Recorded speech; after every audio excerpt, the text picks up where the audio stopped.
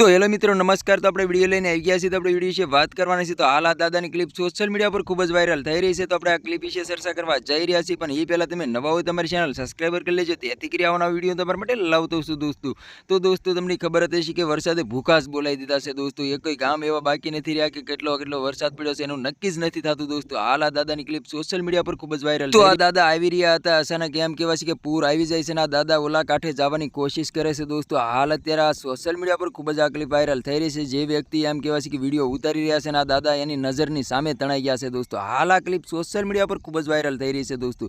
તો તમારા આના વિશે શું કહેવું છે કમેન્ટ કરીને જરૂર ને જરૂર બતાવી ગયું દોસ્તો। અમારી ચેનલમાં નવું તો ચેનલ સબસ્ક્રાઇબર કરવાનું ભૂલશો નહીં, તેથી કરી આવવાના વિડીયો તમારા માટે લાવતો છું દોસ્તો।